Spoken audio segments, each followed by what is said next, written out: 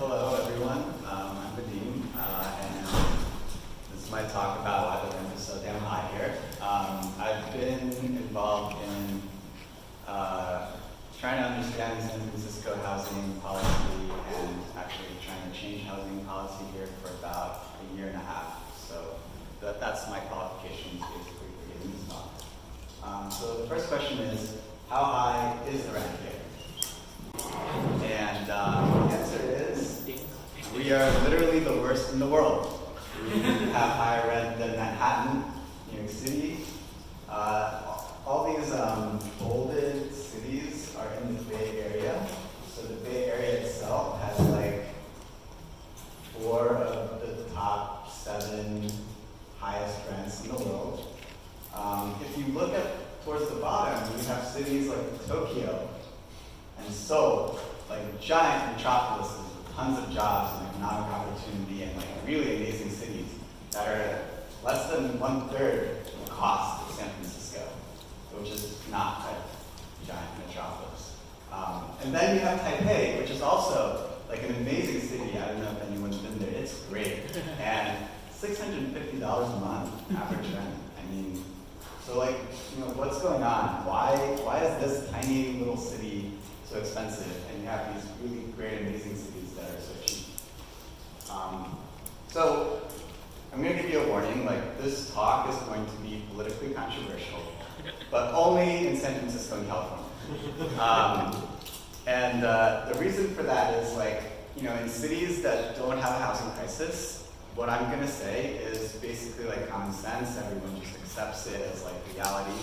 But in San Francisco and California, like, people will say, no, this is wrong, and they'll give you like a lot of reasons why what I'm saying is wrong. But I want you, like, if you've heard things that, you know, contradict what I'm saying, I want you to think about, you know, maybe the reason that people are saying these things in San Francisco is also the reason why our rent is so high. All right. So the other thing about this talk is about why the rent is high. So the rent is high basically because lots of people want to live here, and there's not enough homes for those people. Home prices are high for a lot of reasons, and the main thing to think about there is you can buy more than one home. Like, you can buy investment properties, you can rent them out. People in China who have no intention of living in San Francisco could buy a home here. They could buy 100 homes here, and that will increase the price of homes if you want to buy. But no one's going to rent more than one home. Like, it just doesn't make sense to do that. So like, and no one's going to speculate on rent prices going up by renting homes. They're going to do that by buying homes. So you can see, like, there's different price to rent ratios in different cities based on all these different factors. So like, San Francisco has the highest in the world because for a variety of reasons, I'm not going to speculate why. Oakland also, one of the highest. And then Detroit, where, like, you know, it's economically depressed, it's a pretty low price to rent ratio. And I think like the normal one is like 15, Rachel says. So yeah. All right, so I'm gonna basically play a video about how. Ever wonder why rent is so high, or why home prices seem to keep rising out of reach? Why is that? One reason is we don't have enough places to live. Remember musical chairs? When we were kids, we had to be fast. But in the housing market, instead of being fast, you just need to be rich. Here's how it works. Imagine there are 2 houses with 3 families playing. The music stops, and everybody scrambles for a home. The wealthy family gets the big house. The middle-class family gets one too. But there's no house left for the last family. What if the neighborhood added a new house? Let's make it a fancy one. The wealthy family says, hey, cool, and moves in. The middle-class family decides to spread out, and the family with the least money finds a home in their neighborhood. Nobody is out of the game, or out of a home. What if we played the same game citywide? You see, our city is really a huge game of musical chairs, and we're all playing. When there aren't enough homes for the people who live and work here, everybody has to compete for what's available. And the rents go up and up until people are priced out of the city and have to drive farther and farther to get to work. To fix it, we need more homes. Let's see what happens if we add more cottages and condos. Let's swap these old warehouses for something more comfortable. How about a mother-in-law apartment? What if our communities add enough homes of all shapes and sizes for all our neighbors? Ah, that's better. More homes means more of us can stay and thrive in the city we love. And that's great. Why people think the rent is high in California? Like, people did a poll of Californians, and these are the reasons why they said that the rent is high. And I'm just going to go through a few of these and show you why they're wrong, basically. And you can, like, if people knew the reason for why the rent is high, the rent wouldn't be high because they would vote in politicians that would fix the problem. So is it like a lack of rent control? So, rent control is good if you happen to have an apartment with a really low rent. But I have rent control. Like, I have rent control at $3,000 a month, and that's not really affordable to a lot of people. So you could say, okay, fine, but what if we just rent controlled everything and just prevented new people from moving here? Like, people like me would not be able to move here because everything would be rent control, and the only people who would be able to live in San Francisco are the people who were living in San Francisco for decades.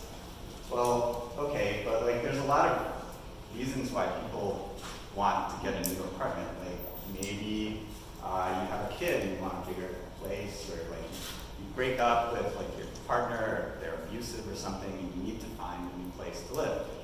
If everything's rent controlled and you can't find new apartments,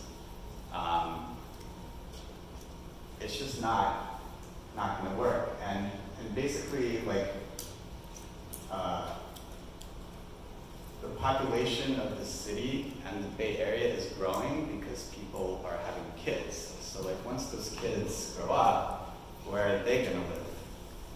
They're not going to be able to find an apartment if everything's rent controlled and there are no apartments available on the market.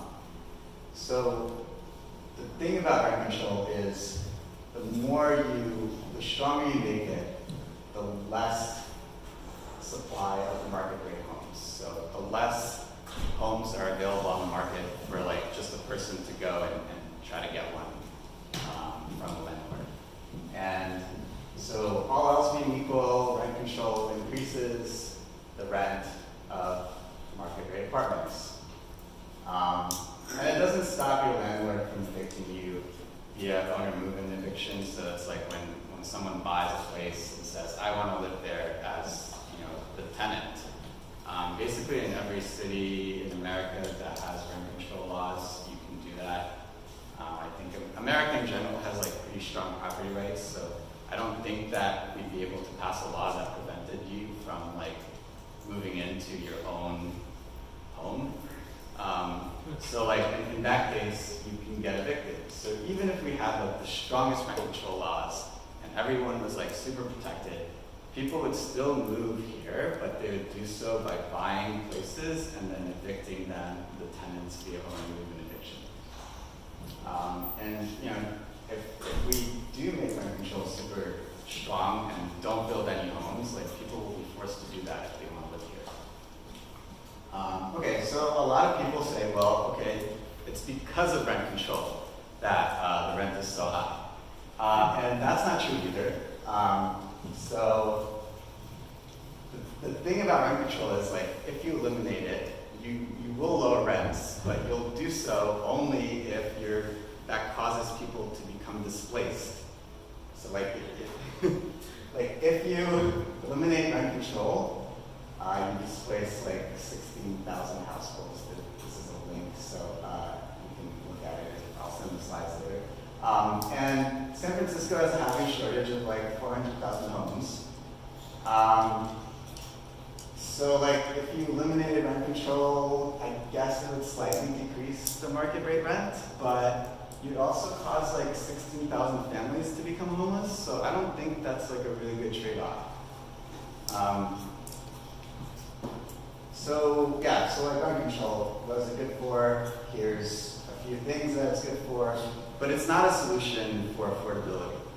Like it's good to kind of like shield tenants from the forces of the market when like the market, you know, gyrates wildly, fluctuates wildly, but it's not going to make housing affordable.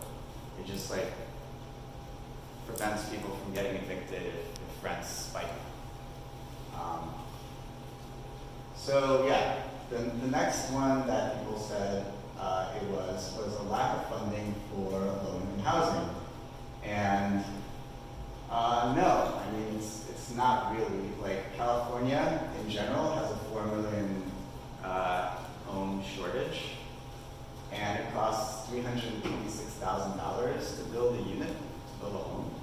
And so like it would be like more than 6 times the entire annual budget of California to build enough homes for everyone if we like funded it as low-income housing.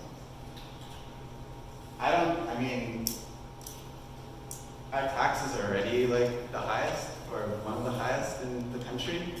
So I don't think that we have the money to do that.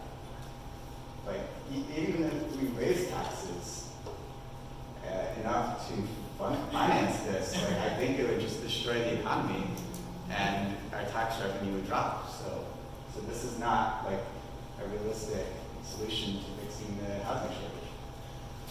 Okay, so a lot of people are like, oh, it's foreign buyers and Wall Street buyers or whatever. Like some foreign money is coming in and like making housing unaffordable. So yeah, if you're looking to buy, this is an issue for you. But if you're renting, like those people don't affect the rent, the cost of rent. Because like if they buy a home, either they'll live in it and they would have rented someplace else in the city, so like decreases the demand for rentals, or they rent it out to someone who would be renting in the city, and so the supply of rentals is not really changed. And then some other people are like, oh, but you know, they're buying these homes and they're keeping them empty through like some like weird scheme to like profit off of something or whatever. And that's not true at all. Like if someone's telling you this, they're lying to you, because there's only like 30,000 homes vacant in San Francisco, and most of them, or like a large portion, about half, are like in the process of not being vacant. And then there's like some vacation homes, and then there's maybe like 9,700 homes that maybe are being bought by foreign investors and being kept empty. But we have a 400,000 home shortage, so this is like a drop in the bucket. This is not the reason, it's not like a major reason, it's at best a very minor reason. So if people are saying to you that this is the reason, then they're trying to like distract you, basically. All right, so tech. A lot of people say that tech is the reason, and it's kind of true. Like, if it wasn't for tech, our rents wouldn't be asked, but they would still be unaffordable. So if you look at the rent in the dot-com bubble, like when it popped from the peak to the trough, it only decreased by 25%. And that's when San Francisco actually became unaffordable in the, like at the trough. It became unaffordable. And the reason for that is that rents dropped 25%, but incomes dropped even more. It was like a major recession, especially in the tech industry and every industry that dealt with the tech industry. In San Francisco, I mean, this like, CNET published an article titled "Will Code for Food" in 2003, the same year that San Francisco became unaffordable. So yes, if we like remove tech from the area, rents would drop. They wouldn't become affordable. Like a 1-bedroom would go for like $2,600 a month instead of $3,500. And there'd be a massive recession, like people would be like suffering, it would be really terrible. But you know, that's what a lot of people actually, that's their solution to the housing crisis, is to wait for a terrible recession to happen, and then they think that rent will be magically affordable, even though there's no data to show that it will be, and a lot of evidence to show that it won't. So yeah, so it's not really tech at all, really, because if you look at all these cities, like compare San Francisco to Miami and New York, the affordability curve looks very similar, right? Like basically all cities became less affordable recently, and the reasons for that are these, like basically people started moving back into cities. Like cities became popular, they became a place where like rich people wanted to live. They became safe. A lot of like societal changes happened to cause people to want to live in cities, to need to live in cities, like power couples. Like, how are you going to get a job for you and your partner in like the middle of suburbia, where both people have like a good career? Like, you can't do that unless you both work for the same company, or like there might be like 5 companies within easy commuting distance, and if you don't get a job at one of those, then you're kind of screwed. Whereas cities have like tons of jobs clustered close together, so you can do this in the city. And also, like, you get kind of job security. Like, you used to be able to work at a place for like 30 years, 40 years, and then you retire and you get a pension. And you have like this amazing job security. Now you don't. Like, like companies fail all the time. Like, people switch jobs all the time. And if you're in the middle of nowhere, like in the suburb, you don't have job security, because if you have to leave your job, or if you're fired or laid off, like, you can't find another job. And in a city, you can. It's like very easy. So, yeah. And yeah, like, this is, you know, the reasons why people might want to blame techies for the problem. Basically, scapegoating the new people who arrive to an area is like a time-honored tradition in human society, and people love to do it. So what is the reason? And the reason for high rent is we added a lot of new jobs, and we didn't build any housing for the people who work at those jobs to live in. And that's it. I mean, look at how little housing we built. This is like, in 2016 at the peak, we're only building 4,000 homes that year. And in the first dot-com boom, we barely built any, you know? Like, less than 1,000 per year, mostly. So yeah, so again, this kind of thing. The core reason, like 13% of people got it right in California. Hopefully we can raise that number, and then they can vote in politicians who will actually fix the problem. And a few of them kind of said like environmental regulation and restrictive zoning rules. Those are like second order reasons. They cause too little home building, but too little home building, I think, is like the core. So the reason for high rent in California, like restrictive zoning rules. So this is like the biggest one. This is a map that I made that shows the maximum allowed homes per like standard 2,500 square foot lot in San Francisco. And like most of the city is red. That means you can only build a single family home or a duplex. And it's just illegal to build anything more dense than that. And in a bit of the city, it's orange. You can actually build triplexes. And only in like a very small part of the city, the green parts, can you actually build what I would consider to be an apartment building. So apartment buildings are illegal.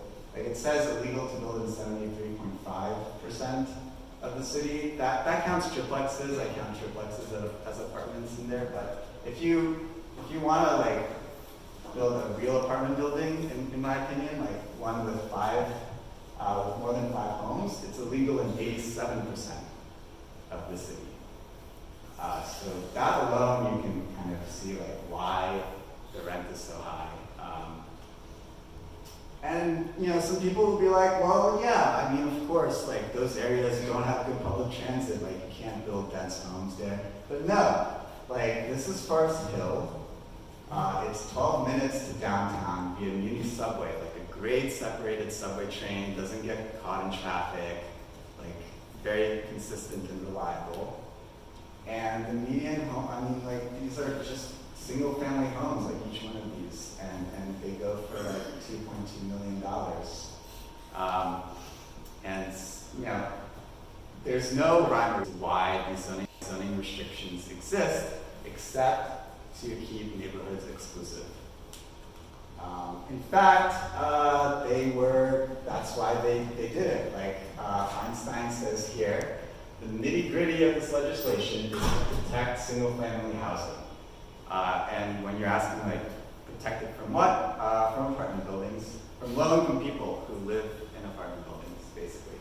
And the environmental impact report predicts that this legislation, when they like ban apartments in most of the city to protect single-family housing, like the environmental impact report says that it will cause prices and rents to skyrocket, and it did.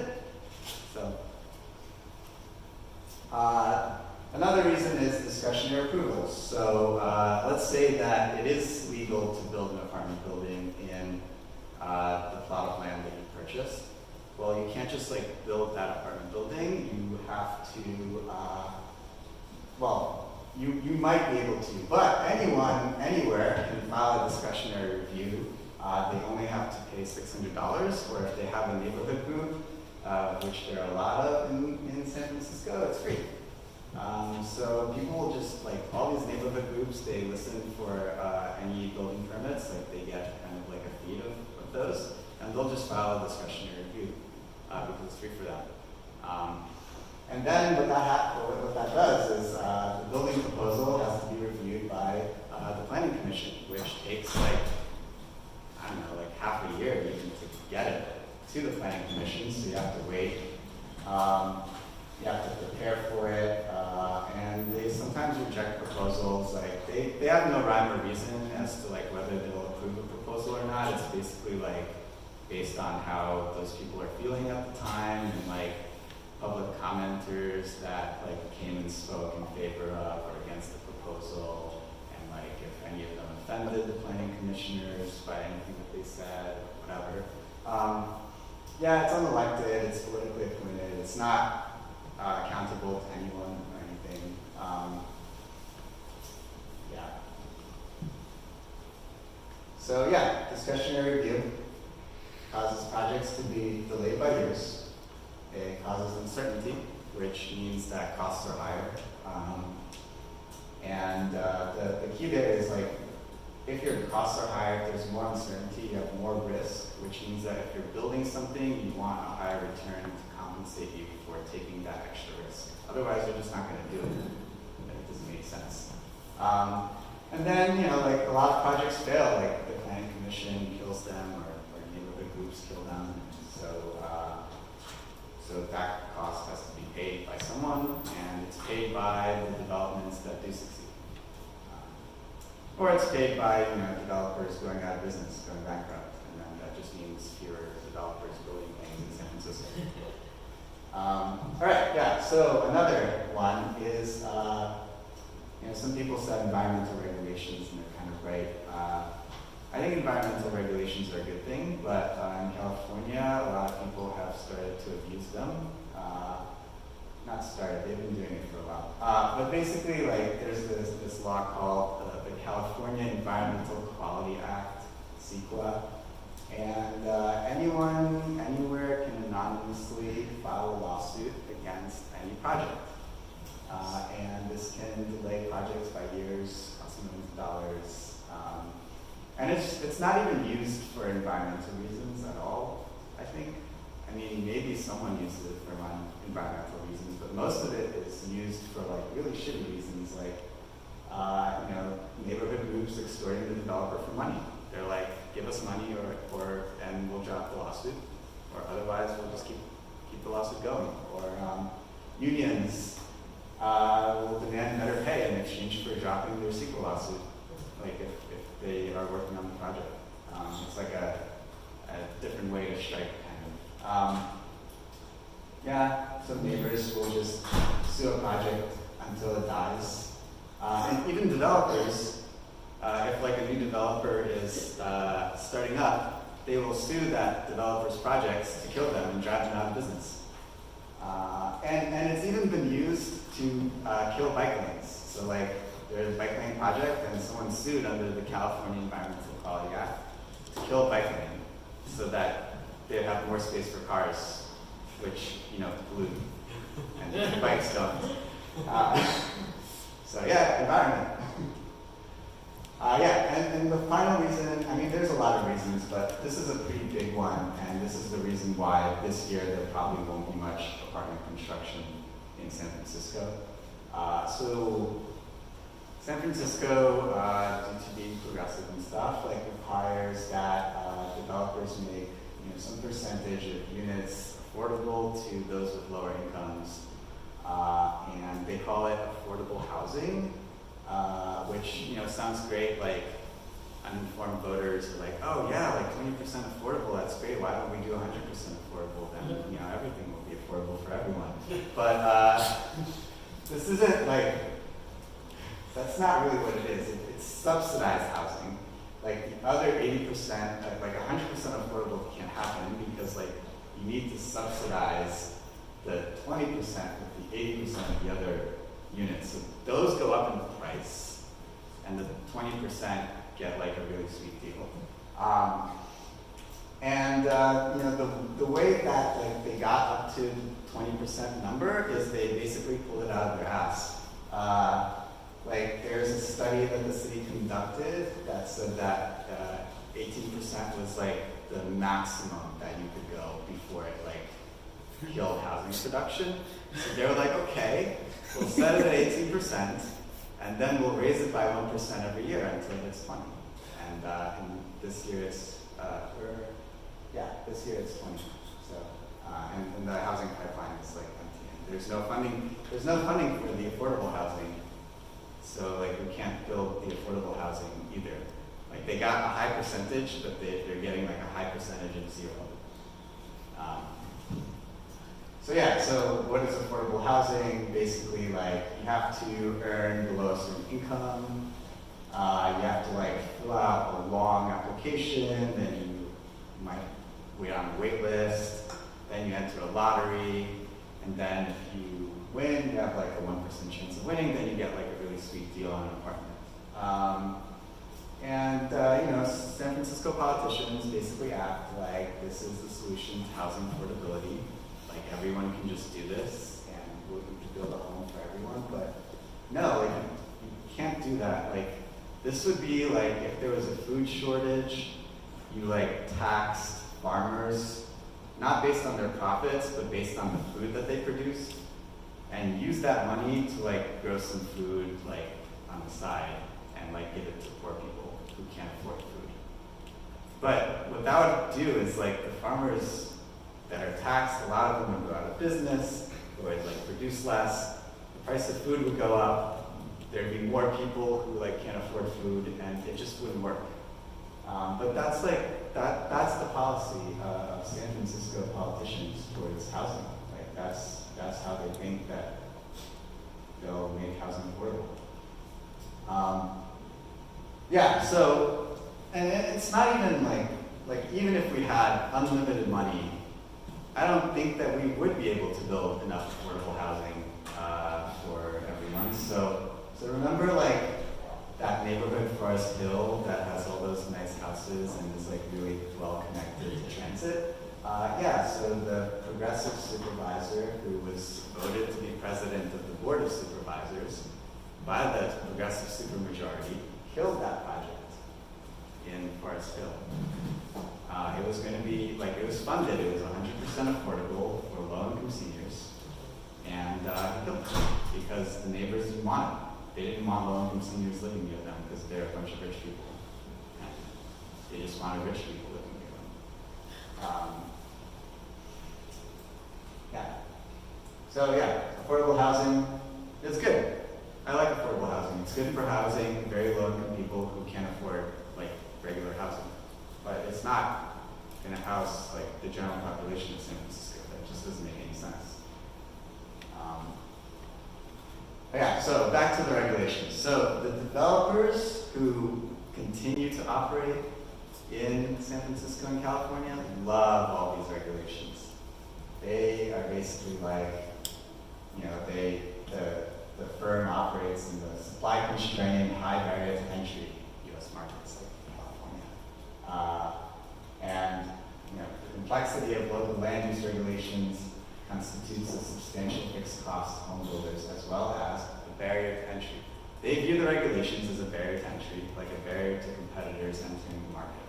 And basically, like their specialty, the developers who operate here, their specialty is not in building homes for like, you know, it's not building homes cheaply, like making really nice homes for like cost effectively.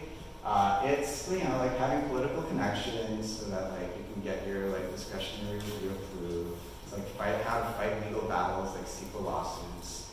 How to kill your competitors by suing them using CEQA lawsuits.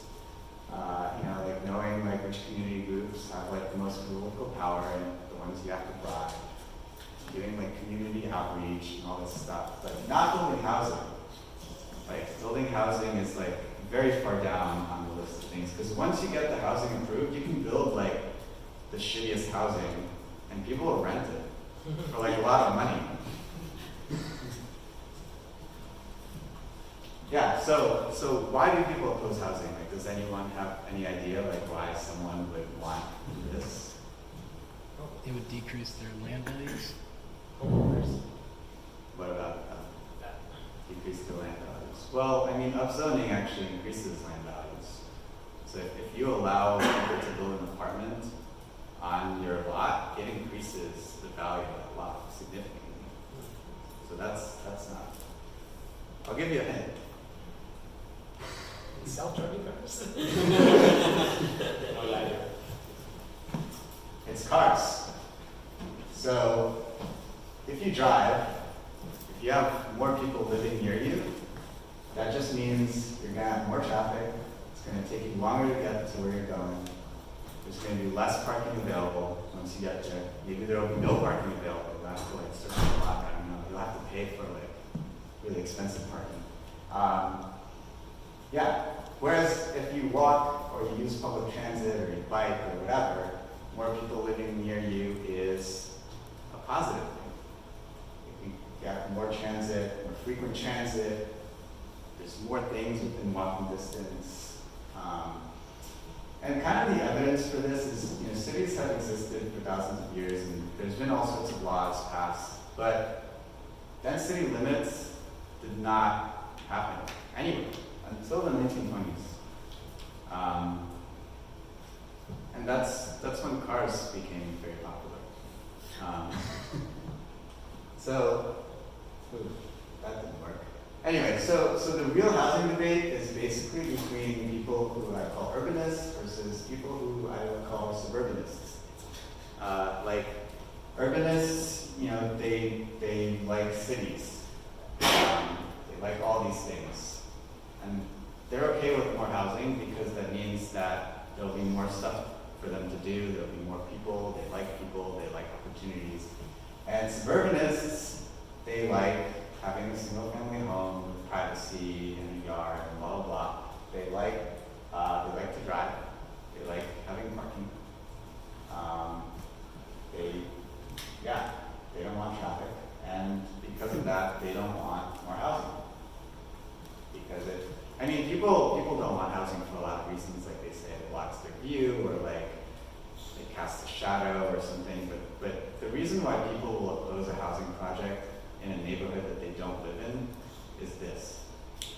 Like if you build anything within like the metro area, you're gonna increase traffic. So yeah. One peculiar thing about San Francisco politics is that low-income activists also oppose housing. So it's not just like rich people; it's like pretty much everyone. So the reason for that is basically like the zoning map of San Francisco like prevents you from building apartments anywhere in the richer neighborhoods. But the developers wanted to build housing. They're somewhat politically powerful, so they convinced the city to upzone some areas. And the city was like, well, we'll do it to the poor neighborhoods. We'll put all of the housing and new construction in the poor neighborhoods. And that's why like the Mission has some green, and like Mission Bay and Hunters Point has some green, and the Tenderloin too, and so on. So these are all like poor neighborhoods that didn't used to have a lot of political power, and so people just were like, screw them. We'll put all the development there, and then the rich people can live in their nice exclusive neighborhoods. But that caused gentrification, basically. So if you have like a poor community and you have like rich new people moving into the city, if they are dispersed throughout the city, it's not really going to be that big of a deal. But if all the new housing is being built in the poor neighborhoods, and it's typically nicer than the older housing, you're going to have like rich people who are moving into the city, moving into these new apartments. And then those people are going to want like really nice amenities like restaurants and bars, and those open up, and that like increases the value of that neighborhood. And this is why the Mission went from being like a poor, like kind of dangerous, like crappy neighborhood to like a very nice, like one of the most expensive neighborhoods in the city. Is because like they concentrated development in the Mission, and all of like the people who would want to live in a new apartment building ended up moving there. And so the poor people, they're like, well, shit, I mean, building new buildings clearly causes gentrification and displacement, so we're going to organize and oppose new housing construction, and they did. And so now, like, we have even the poor people who would benefit from new housing construction in the rest of the city, opposing housing construction in their neighborhood as well.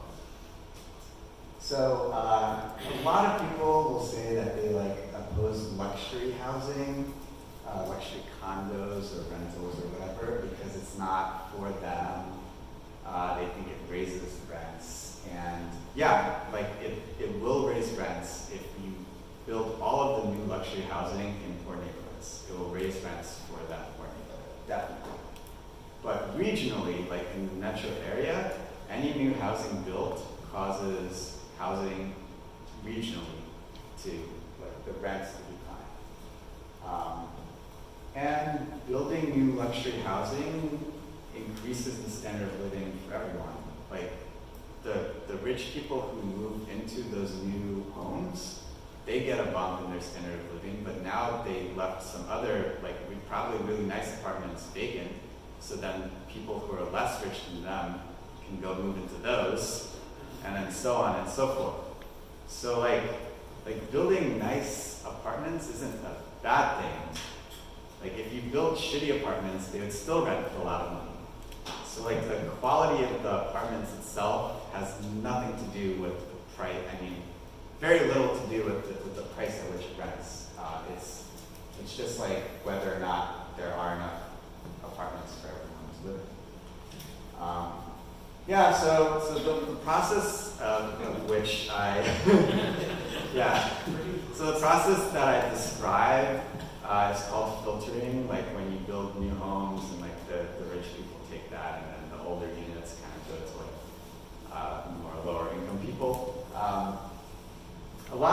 San Francisco will call this trickle-down economics, and if people are saying that to you, it means that they're trying to mislead you by like getting you to associate something with something else that like kind of sounds the same, but isn't at all the same.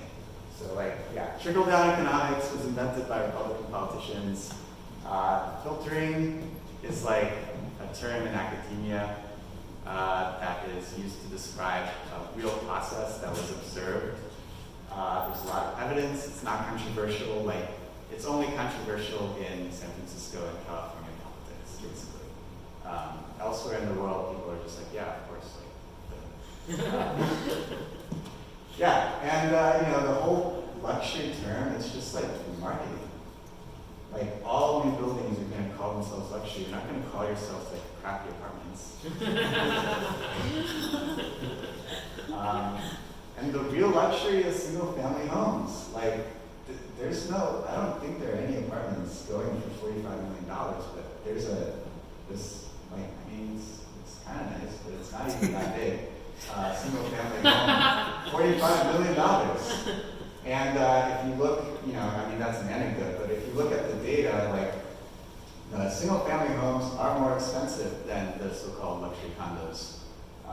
And even recently, they've become even more expensive relative to that.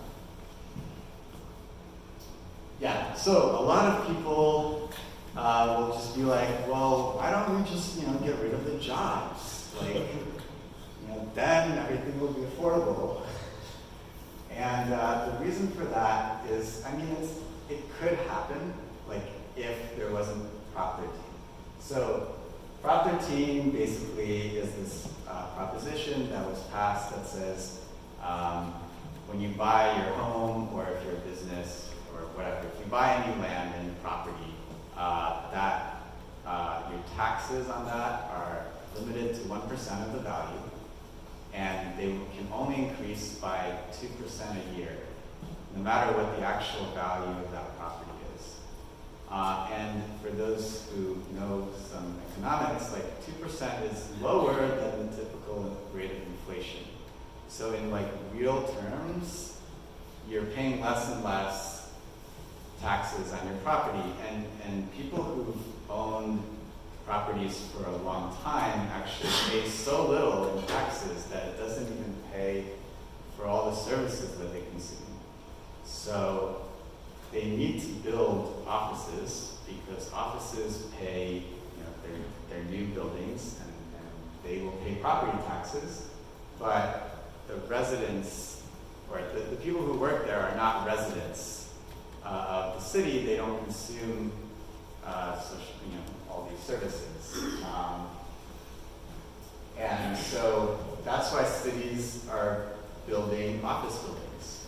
They're kind of pushing the residents somewhere else. Like, who cares where they go, just not in my city.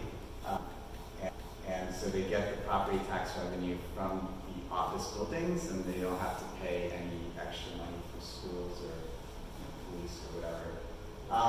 But yeah, like, I mean, getting rid of the jobs is just like such a ridiculous thing. Like, it would cause a massive recession. Like, and it wouldn't make housing affordable, like I showed you before. Like, it would decrease, if we cause a massive recession here, it would decrease housing costs, or rent costs by like 25%, but it would create a lot of human misery, and I just don't think that's a good trade-off to make, you know? So yeah, so what does the solution look like? Basically, we have to replace a lot of single-family homes with apartment buildings. And if we do that, you can't drive everywhere. Like, we don't have, like, the streets are not wide enough. There'll be way too much traffic.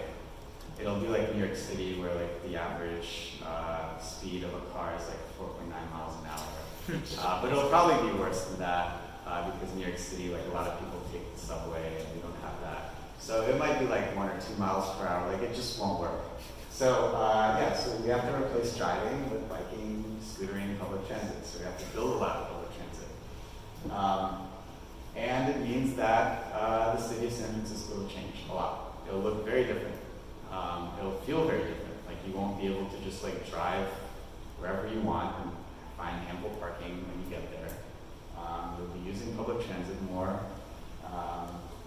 It'll be double the population, so there'll be like a lot more things to do. Yeah, I mean, it'll be a city which is affordable. Like anyone who is working a full-time job will be able to live here. And the alternative is, you know, an exclusive community. Like San Francisco currently is an exclusive community for rich people. You know, there's some like people who are poor here who have sweet deals on rent control, but like those people are going to die eventually, and they're going to be replaced by rich people. And you know, 20 years from now, if we don't do anything, it'll just be like this, you know, quaint, super exclusive retirement community. Yeah. So these are two maps that I made. You can see like 96,000 single-family homes. They use like 62% of the land in the city. And then if you look at the densest apartments, same number of homes use only 3.6% of the land. So it's like almost a 20x decrease in land usage, you know, to house roughly the same number of people, definitely the same number of families. You know, how many single-family homes we replace depends on the density of the buildings that replace them. So if we're okay with like 20-unit apartment buildings, then we don't have to replace that many single-family homes. Like we could still have a lot of single-family homes left in the city. I don't know why we want that, but we could do it. And then as you decrease density, like if you replace them with 5-unit apartment buildings, which is, you know, small, it's smaller than the minimum that I would consider an apartment building. So you have to replace all of them. Yeah, so again, driving. People would not be able to drive as much as they do now. We have to improve public transit. We have to build safe bike lanes so that people feel safe biking. Bike lanes can carry a lot more people than the equivalent space for a car lane. We have to build like bus rapid transit, which is this thing where you dedicate part of the street and you don't allow cars to drive on it at all. For buses, like you segregate it, put like a little, I don't know, like a curb so that a car can't actually drive onto the bus lane. And the buses, you know, they can move a lot faster. We have to stop doing like the bus stops at every block and have like kind of longer, further away from each other bus stops. We have to build subway trains. We have to increase bike share and scooter availability. The city really hates bike share and scooter availability and artificially restricts the amount of bike share, bikes, and scooters that you can have. So we have to stop doing that. Maybe we have to subsidize them instead. We have to do the opposite. Because like that would get every person that uses one of those is like one less car that's on the road. And then, you know, people always have like various like arguments against housing. So like the big one is earthquakes. They're like, well, we can't build apartments in San Francisco because earthquakes. But you know what? Tokyo also has earthquakes, and they have a lot of really tall buildings. So no, this is not a real concern. Newer buildings are built to newer building codes, and they're actually safer than the old. Yeah. Is a lot of San Francisco built on like landfills, which means that there was. Singapore is also built on landfills, and but badly built landfills, like. It's possible to build tall buildings on landfill. You just have to. I mean, it's more expensive, so you have to drill into the bedrock and anchor yourself there. But like, you can eventually you'll hit bedrock. Yeah, so it does increase the cost, but most of San Francisco is not landfills. So like all the places where it's currently illegal to build anything, basically, that's not landfill. So you could build there. Actually, the areas where we are allowed to build are the areas that are landfill, which is kind of Yeah, and then, like sewage, whatever, water, like these are all solved problems. Like people have built cities before, like lots of times. This is not like cutting edge technology. Like it's not required for this. Schools, yeah, the environment. Yeah, the environment. Like people are like, well, it's worse for the environment if you build things. Yeah, I guess that is true. But like the people who would have lived in the apartment buildings, they're not going to disappear if you don't build an apartment for them. They're going to live in like some far-flung suburb, and they're going to drive to work because there's not going to be public transit there. And that's obviously going to use more energy and pollute more. Yeah, so building dense housing in urban areas is the best thing you can do for the environment. This is like, things that you can do, things that would decrease greenhouse gases from local policies. Urban infill is like the technical term for building housing in urban areas. And it's by far the most impactful thing you can do. And yet you have cities like San Francisco, which claim to be green, whatever, that don't do it. Yeah, so a lot of people will be like, well, this sucks. Like, isn't there something else we can do besides like changing the city, building a lot of housing? And the answer is no. Like logically, it's impossible. So like, this is like a good way to look at it, I think. So like a city could be low population, affordable, desirable. You could pick two of those three, but you can't have all three. Because like if a lot of people want to live there, and you want to keep the population low, you have to select which people get to live there. And the way we do it in capitalism is price. Like some people get priced out. But like say we overthrew capitalism and like we had a socialist utopia or whatever, there'd still not be enough homes for all the people. And so like maybe price wouldn't be like the way that you select, but maybe like, I don't know, like political connections or whatever, artistic merit, I don't know, like you have to find some way to segregate people into like people who like deserve to live in your city and like people who can't. So it would still be unaffordable, it just wouldn't be like unaffordable in terms of money, it would be unaffordable in terms of like some other so the core political question, like everything else that people say about housing is just like to distract you from this. This is like the core political question, like do we want to be affordable or do we want to be low population? And I mean, this is a political question, like it's not like, there's no right answer to this.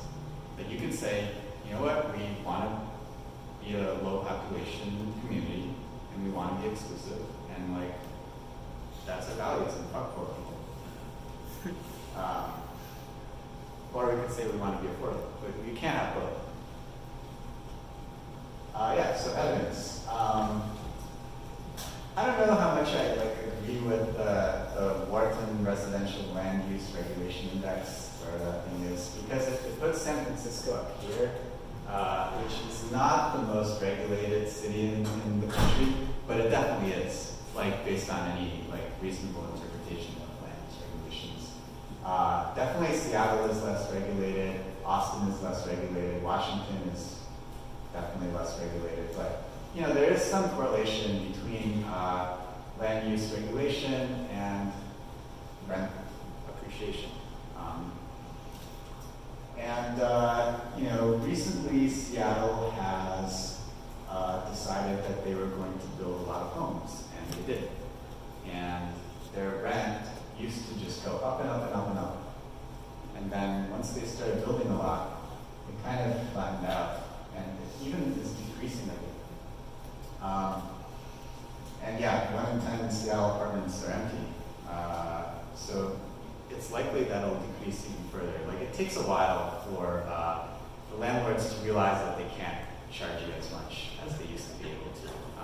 And they will try like all sorts of wacky tricks, like give you like 1 month free rent, 2 month free rent, just to try to like keep the rent price up. But eventually, like that runs out and the unit is still empty, and they'll have to drop the price, even if it turns out they're losing money. Because losing a lot of money is a lot worse than losing a little bit. Yeah, so that's it, basically. If you want to know what you can do about this, like if you can help this, there's only one, and you think that the solution is palatable, right? So like if you think that San Francisco, like it's totally fine that San Francisco is like an exclusive low population community, like then you probably don't want to read this song. But if you think that San Francisco should be affordable, there's only one organization in the city that is doing anything to achieve it, and it's called YIMBY.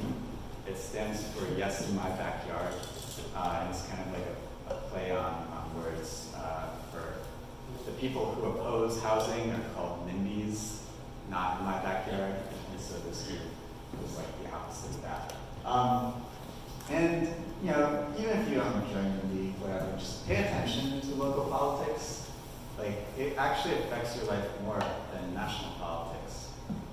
National politics is in the news and it's like really upsetting all the things that Donald Trump is doing. But if you are looking at like, you know, why are restaurants closed at like 8 p.m.?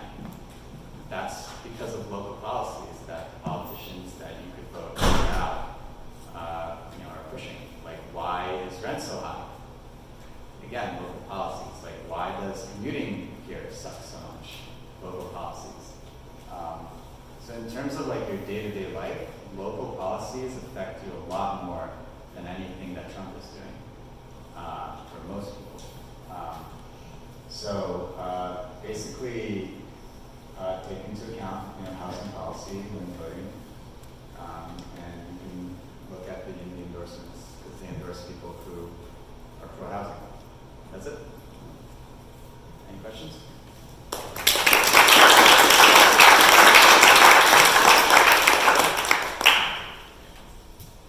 Can you repeat the questions too when they come? There's So I had a statistic at some points in my life, which was that there are more dogs than kids under the age of 18 in San Francisco. And you said that population growth was like people having kids and stuff. Like what proportion do people coming into the city as outsiders versus new people being born and raised in San Francisco? Do you have any idea? Yeah, I actually don't. But all I know is that California adds more people, like every year through population growth, than it adds homes. So there's not, like, even if we built a wall around California and like prevented people from moving here, we still would see rent prices going up and up and people being displaced. Anecdotally, people move out of San Francisco when they have children because they can no longer afford a crappy roommate who doesn't pay their share of the rent, i.e. a child. Yeah. It's maybe like slightly out of topic, but what's the relationship between you know, the price of rent and salaries in the Bay Area? Because like it seems like there's a feedback loop, whereas things are expensive, so companies give you a higher salary, you have a higher salary, you can afford a more expensive apartment, and like the feedback loop continues. Yeah, so the question is, what's the relationship between salaries and the price of rent? So yeah, like if no one could afford the rent, then it would be lower, right? But there are cities where people make a lot that are more affordable, like, you know, Manhattan. Finance people make a lot more money than tech people. And the finance industry there is huge. And there's also a tech industry, a lot of industries in New York that pay very high wages, and it's more affordable. So there is some relationship. Like definitely, you know, like I wouldn't have accepted the job out here, like I moved here 2 years ago, if they didn't pay me as much as they did. So like that increased, I guess, my salary or whatever, or salaries in the region. But you know, in Seattle, like the tech companies there pay about as much as the tech companies here, and the rent is like less than half.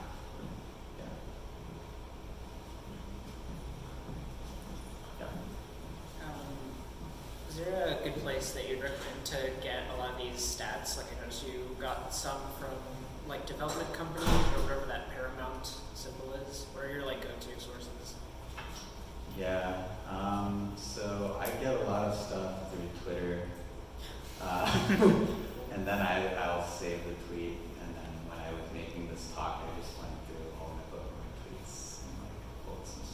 some of them, like, I couldn't find, so I just, like, Google image searched until I found the graph that I remembered in my head, but, like, I didn't have the tweet for. Yeah. So you have statistics on the housing, like the home shortage. What is like the number of people per home that we expect? Like, is that, yeah. 2. 2 is the number, because this population in the city is about 800,000, and the number of homes is about 400,000. So Yeah. that's about right, and we need But- to double the number of homes. Yeah, I think that is a little too high, because, like, right now we have a bunch of homes where we have a bunch of unrelated adults living in, like, roommate situations. I think, like, yeah, but, you know, then again, if housing was more affordable, then people would have more kids, and there'd be, like, bigger households in that way. So yeah, maybe 2 is definitely the number of people per home in San Francisco currently. I don't know if it's like the right number, but it doesn't really matter. Like, I think anyone who wants a home for themselves should, and is working full time, like, should be able to afford to have one. Yeah. Were there any local politicians who truly try to solve this problem in the right way? Yeah, there is one, Scott Wiener. He is now the state senate for this region, basically. The state senator, yeah. He was a supervisor of District 8, which is like the Castro and Valley Valley and some other things. Where I live, I guess. And then he went on to the state senate. London Breed is like kind of trying. She's the mayor. She's saying a lot of the right things, and she's proposing some policies that are okay. There are some political candidates that in the recent election that wanted to really try. Sonia Strauss was one of them, and she lost pretty badly. You don't sound excited about London Breed. Why is that? I kind of disagree with her on some other policies that are more related to homelessness than housing. But I don't know, like, how much she cares about housing, in that, like, she's definitely very pro-housing in terms of, like, what she says. And there's been some policies that she proposed, which I don't even remember, which seem like they might be good. But even if she really cared about it and tried really hard, like the people on the board of supervisors, they're mostly anti-housing. Like, there's like a progressive. So the board of supervisors, or in San Francisco politics, like there's like 2 kind of parties, and they're both Democrats. There's like the progressives and there's the moderates. And the progressives are all anti-housing, and the moderates are mostly anti-housing as well. There are some moderates who are pro-housing, but they're I think they're pro-housing because they like want developers to make money, not because they like care about housing people. So traditionally, like the Yimby people, who are like actually very progressive people, align themselves with the moderates because they are the only ones who were like, oh, let's build more housing. But then, you know, London Breed has like some policies where she was like anti-prophecy, which was for like homeless people. Are apartment complexes new ones? Are they required to have garages and like a certain number of like No. small cars? Not anymore. Not anymore. Yeah, so that's a recent thing that was passed. But even before that, you could replace car parking 1-for-1 with bike parking. But now you don't even have to do that. So yeah, there's no parking minimum in San Francisco anymore. This is a bit of a building question for you, but so the solution to the housing issue is build a bunch more houses, make everything more dense, like promote public transit and e-bikes and scooters. So where do self-driving cars fit into this picture? Promoting them in San Francisco, driving bus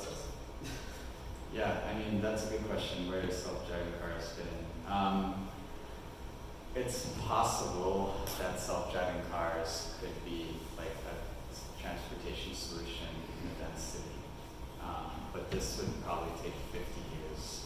So they would need to become a lot better, and they would kind of like, I don't know, have you seen Minority Report?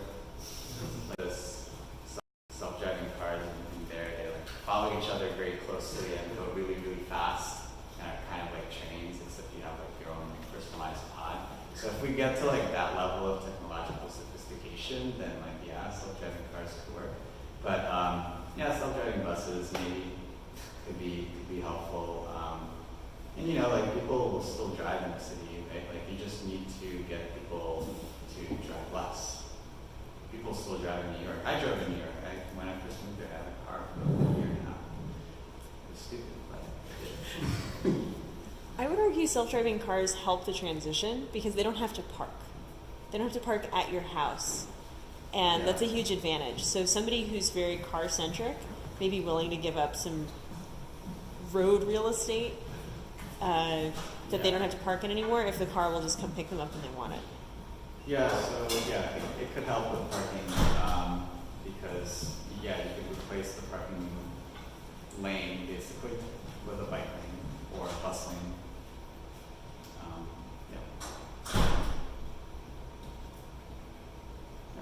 So, assuming if nothing changes, how much worse our situation can go?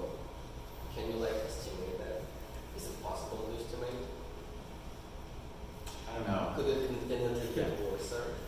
Yeah, if it can get worse. So there's some data that says that neighborhoods are essentially, so rents are peaking. And they're not peaking, they're plateauing. So in San Francisco, there are neighborhoods that are saturating. So the median rent is still going up because neighborhoods that are not yet expensive are becoming expensive. And the price that they are approaching is the maximum price that could possibly be borne by somebody making at least $200,000 a year. Like that's sort of the salaries are capping the rents. So in some sense, you can say, salaries can increase also. yeah, you can say there's a ceiling, but that ceiling is set by median income in the Bay Area, which is 160, 180 per person. But the median income could also like increase if poor people get displaced and are replaced by rich people. Yeah. So I don't know. I mean, it could get worse. Definitely. I don't know how much worse. It's hard to tell, right? Because you have to, like, maybe Cruise could pay me even more than it already does. Yes, I don't there's know. an Like, assumption that definitely, like Google could pay their engineers more than they currently do. Like they make like $1.1 million in profit per engineer. That at Google, and that includes like the cost of salaries, right? So they could pay their engineers up to like $1 million more per year. get much worse. Yeah. I mean, maybe by then they would be like, "Oh, this is too ridiculous. We're gonna leave the Bay Area and like just set up an office somewhere else." But maybe they won't. I don't know. Yeah, what's up? Yeah, I'm curious what your thoughts are on this. One idea that's really appealing to me is we've incentivized housing as an investment vehicle. Yeah. And it seems logical that housing can't be both affordable and an investment opportunity. Do you have any thoughts on that? And does that play a role, or is that minor compared to this? Yeah. Definitely like condos as an investment opportunity are incompatible with housing being affordable.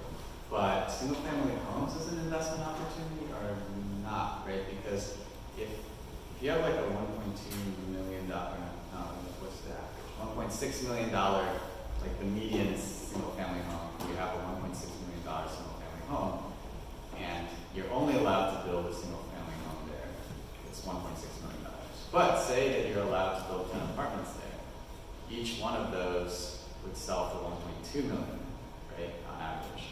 So now you can have $12 million of value created on your $1.6 million lot. So that would increase the value of that land significantly, I think. You could probably sell it for $3 or $4 million. The developer would still make a profit. But yeah, like, investment kind of, viewing housing as an investment definitely increases the price to buy. Like, that's, like the rent is capped at a salary of like $200K, but like the price to buy is like, you have to a year to afford to buy the median home in San Francisco. So that difference is like the housing as an investment thing. Does that answer your question? What's up? What about surrounding cities? Are they any different in terms of policies and kind of would it happen that they will build more affordable housing and basically people will work in San Francisco and commute to South San Francisco where it's much more affordable to live? Yeah, that's a really good question. Like, what are the other cities doing in the region? Because if like Oakland builds more housing, it makes housing in San Francisco cheaper. So it's like any city in the metro area, if it builds more housing, it decreases the cost of housing in the entire metro area. And Oakland is building Oakland is building more housing than San Francisco. It's not building enough for like the amount of jobs that San Francisco and the Bay Area are adding, so it can't absorb all of the population.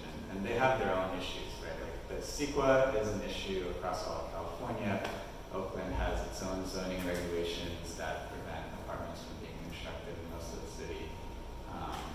But they're less restricted than San Francisco, so they're building more. Emeryville is building more.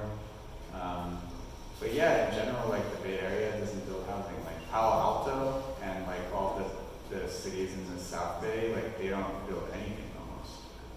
So, and they're adding a lot of jobs. They're worse. Some of them are worse than here. Yeah. So all other cities in South Bay, they still pretty much limited. They have like the physical borders, the same as San Francisco is not a border. Excluding San Jose. San Jose probably can be increased, like it can be as big as the Oakland border. Do you see that the solution can come from the San Jose? That like the San Jose can build more houses there than like in the actual South Bay? I mean, San Jose is not really building a lot of housing either. No, but they don't have like the physical like borders constraints. At least I don't really know they have that. What do you mean they don't have physical borders? Yeah, so San Francisco is surrounded by the water. I see. Yeah, so I mean, like every plot of land that exists in California that is in the national park is owned by someone. And I mean, I guess they could build homes there, but you're basically like saying that we'll sprawl further and further out. Then we'll have to drive into where the jobs are and have a lot of traffic and a lot of pollution and a lot of really long commutes. And that is actually what California is doing. We're pushing people further and further out, and people are driving like 2 hours each way every day to commute to their work, and causing a lot of traffic and pollution. And then, the recent fires, like, they happened because we pushed people all the way out to the wilderness boundary, and then, human activity caused the fire, and then there was, all that smog and smoke. So I don't think this is like a good solution. It's not good for the environment. It's not good for the people who are forced to live out there. It's not good for the people who like live over here because those people are driving in, right? So they're causing a lot of traffic. So yeah, I don't think it's a good solution. But is that problem mainly because the Bay Area has fairly slow and inefficient mass transit? Like if you had a system better than like Caltrain and Errata. Yeah, like you do another like. So a lot of people say like, okay, yeah, we shouldn't build any more housing. We should just sprawl out, and we should build like lots of public transit like everywhere. Well, it's not economical to build public transit into a single-family neighborhood. Like BART did that in like North Berkeley, where it's just like a single-family neighborhood surrounded by a parking lot. People drive into the parking lot and take the BART. But it's not like a self-sustaining system. Like you need to tax people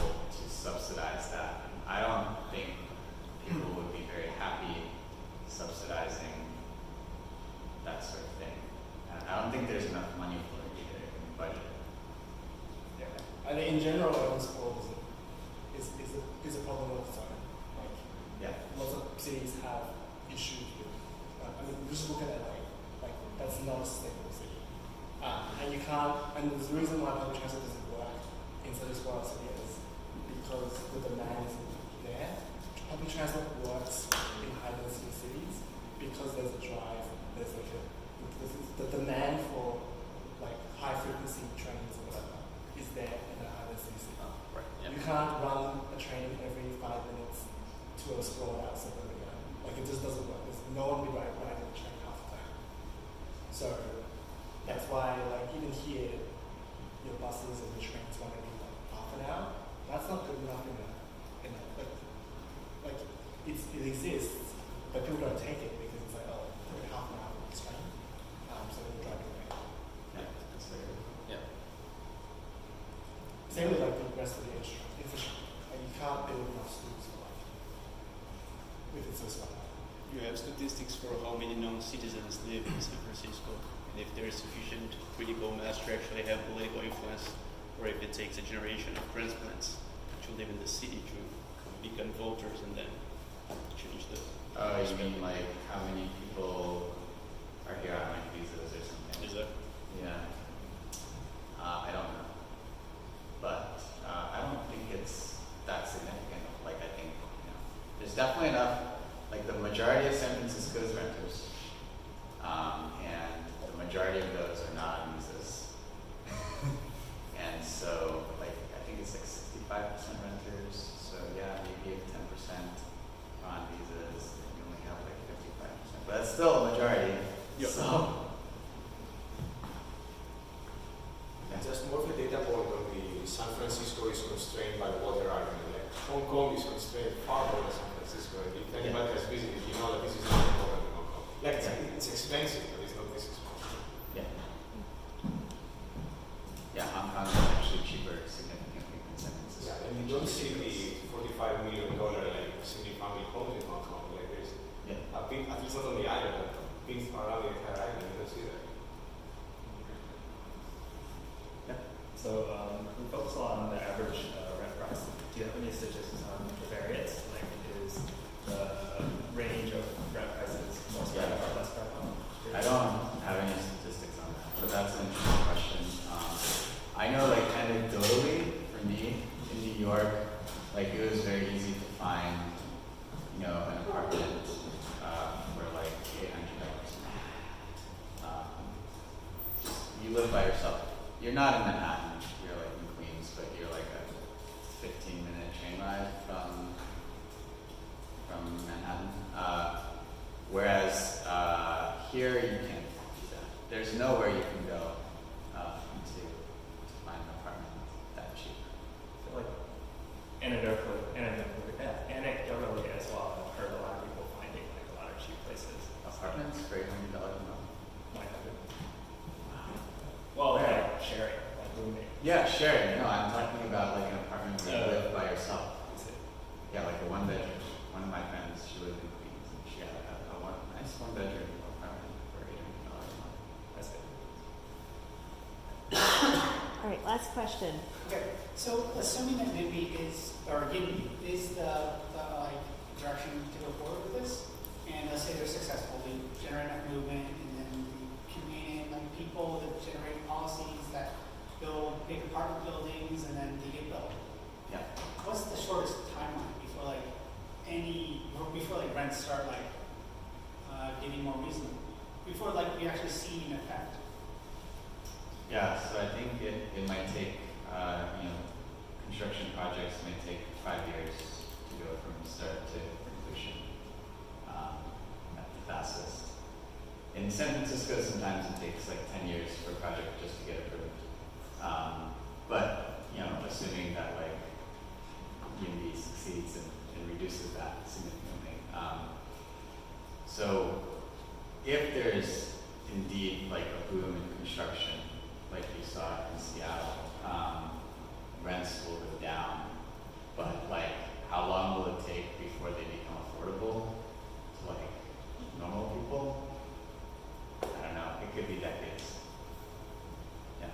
You had those stats. Sorry, I'm raising my hand after that. You had those stats where if you increase the housing supply by 30%, rent will fall by half. Yeah, but that's a lot. 30%. A lot of assumptions. No, 30% is a lot. That's 100,000 units.